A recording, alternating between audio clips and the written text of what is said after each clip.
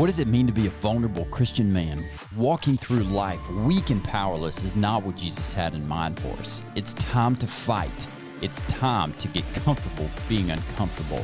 We are Obi, Sean, Brandon, and Shane, and this is Hello The and welcome Uncomfortable to The Truth. Uncomfortable Truth. This is going to be a real moment. I think, a lot of times we try to be as real as possible, but we don't divulge all the details of our lives just to, we got families, we got wives, we got kids. You want to protect some of that stuff and not put that out in the world. But do you feel overwhelmed? Do you feel like the world is too much for you?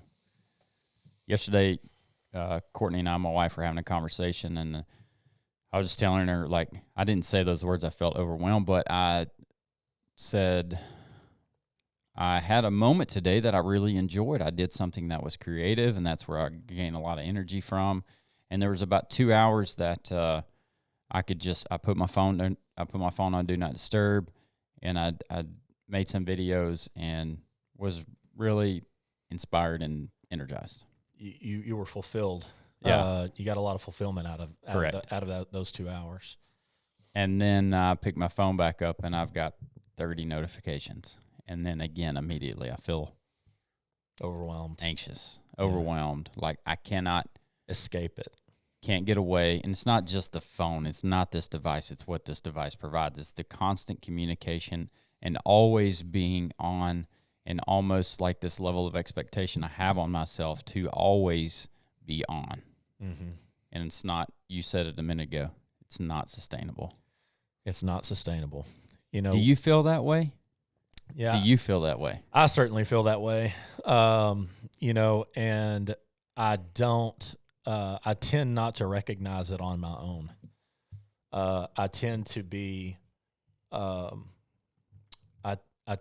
Lord tends to have to hit me upside the head with a 2x4 to make me recognize it, and I feel like He does that in a lot of different ways. But at the end of the day, I do not believe that we've talked in podcast in the past about eliminating hurry from our lives and how it's difficult to experience the presence of the Holy Spirit in your life and hear the Holy Spirit, speaking to you, for you, working in your life to feel that. Yeah. Whenever you're so distracted and inundated with everything that is of the world and everything that our culture says that we should be focusing on, the American dream, so to speak, which is,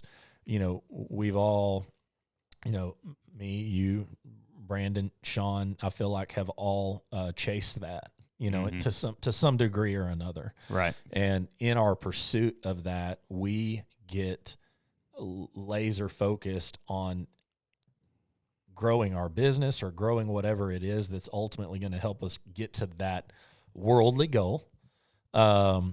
And we take our eyes off of the Lord.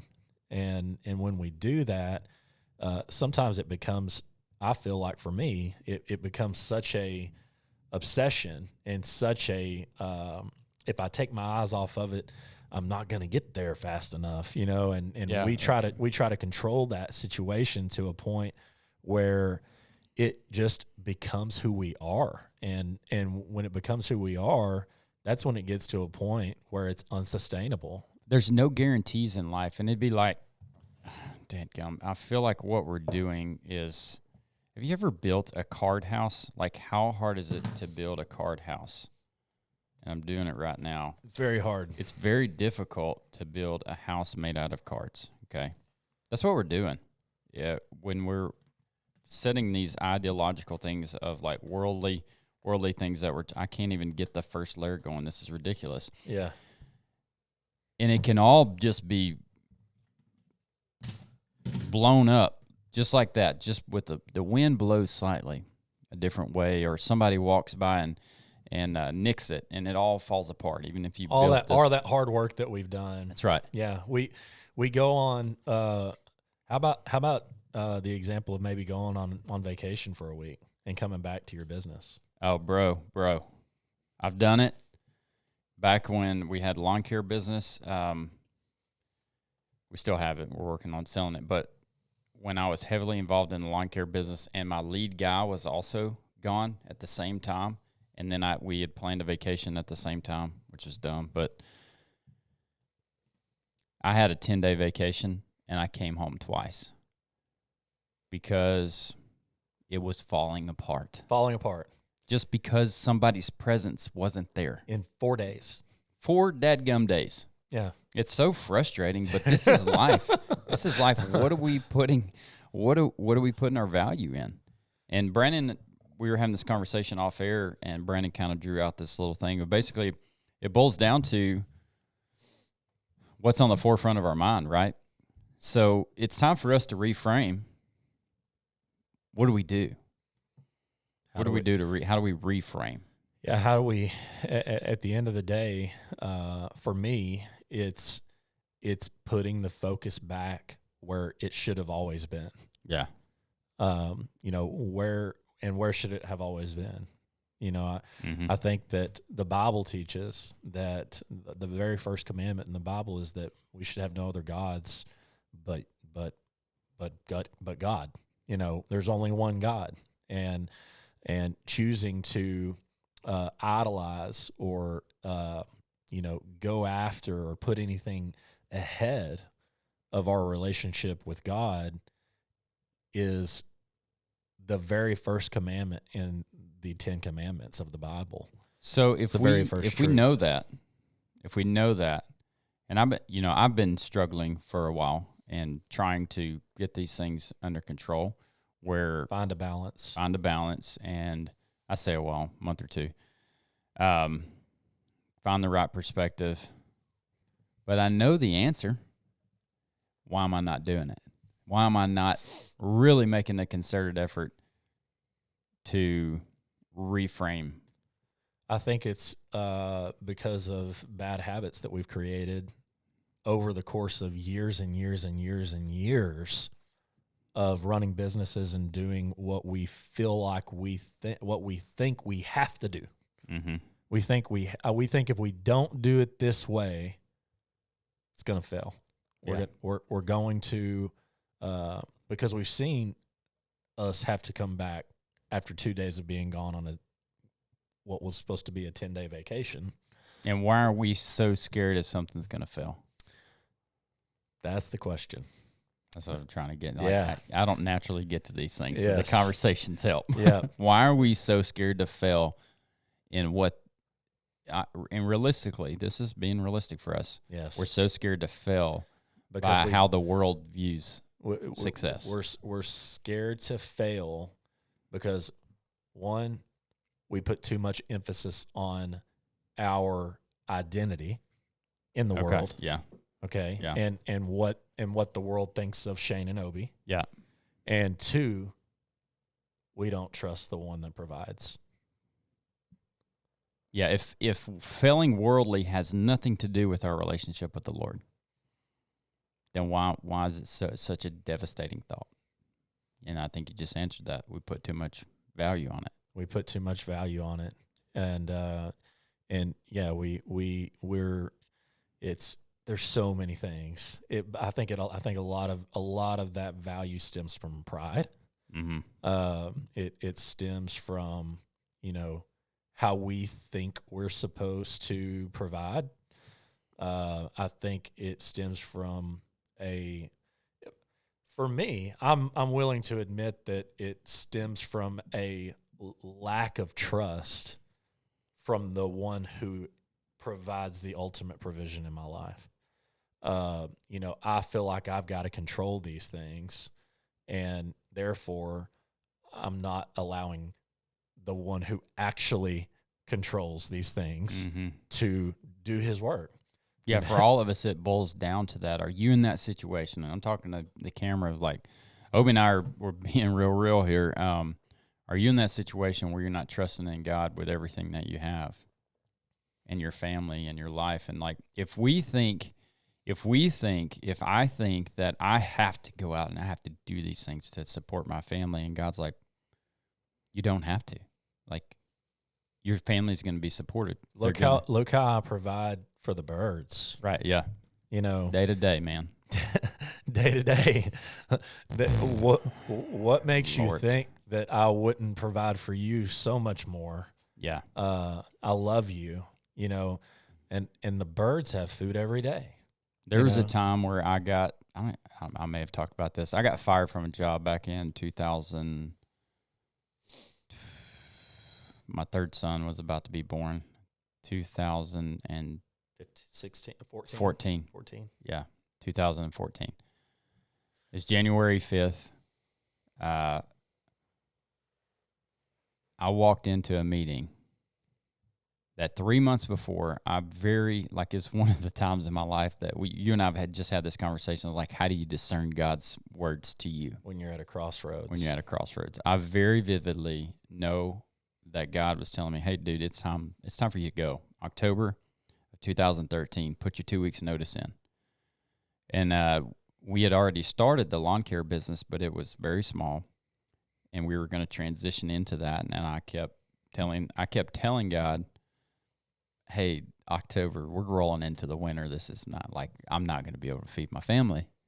And so I'm just going to wait. And God, I'm going to wait until March. You got it, dude? Okay. And I walked into a meeting January 5th and was let go from that position. My wife was 7 months pregnant. She actually still worked at the place that I got fired from. Really a difficult deal.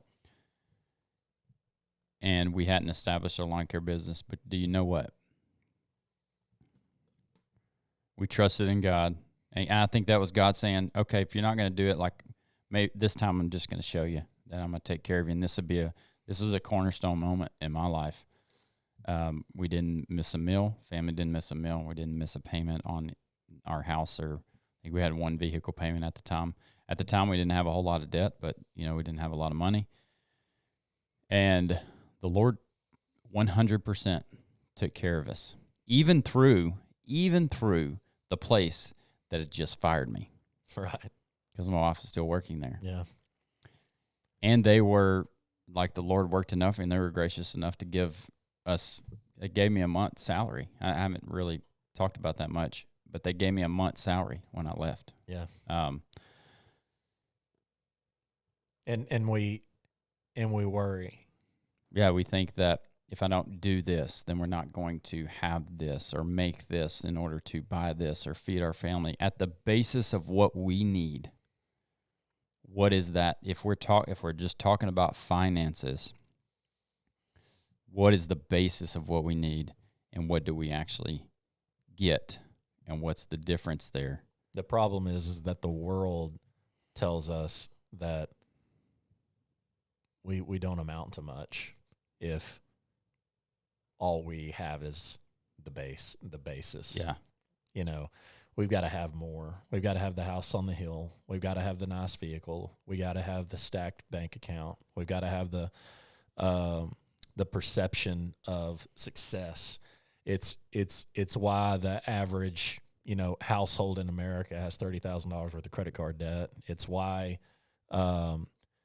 Facebook and every social media outlet out there, all they do is focus on the highlights of everyone's life. Yeah. It's a world epidemic.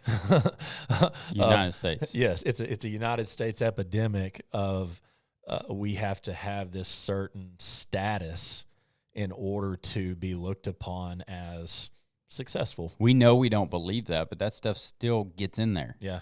It gets in there, and our pride gets in there too. When I talk to people that come back from mission trips, every time, man, the third world countries, man, just the joy. These people have nothing, and they are 1,000 times more joyful than we are. What does that say? Is that when we have nothing, we rely more on the Lord, and the little things that we have, we're grateful for. Yeah, exactly. If you didn't have something to eat for lunch today, yeah, and somebody came and said, Shane, Obi, can I take you to lunch?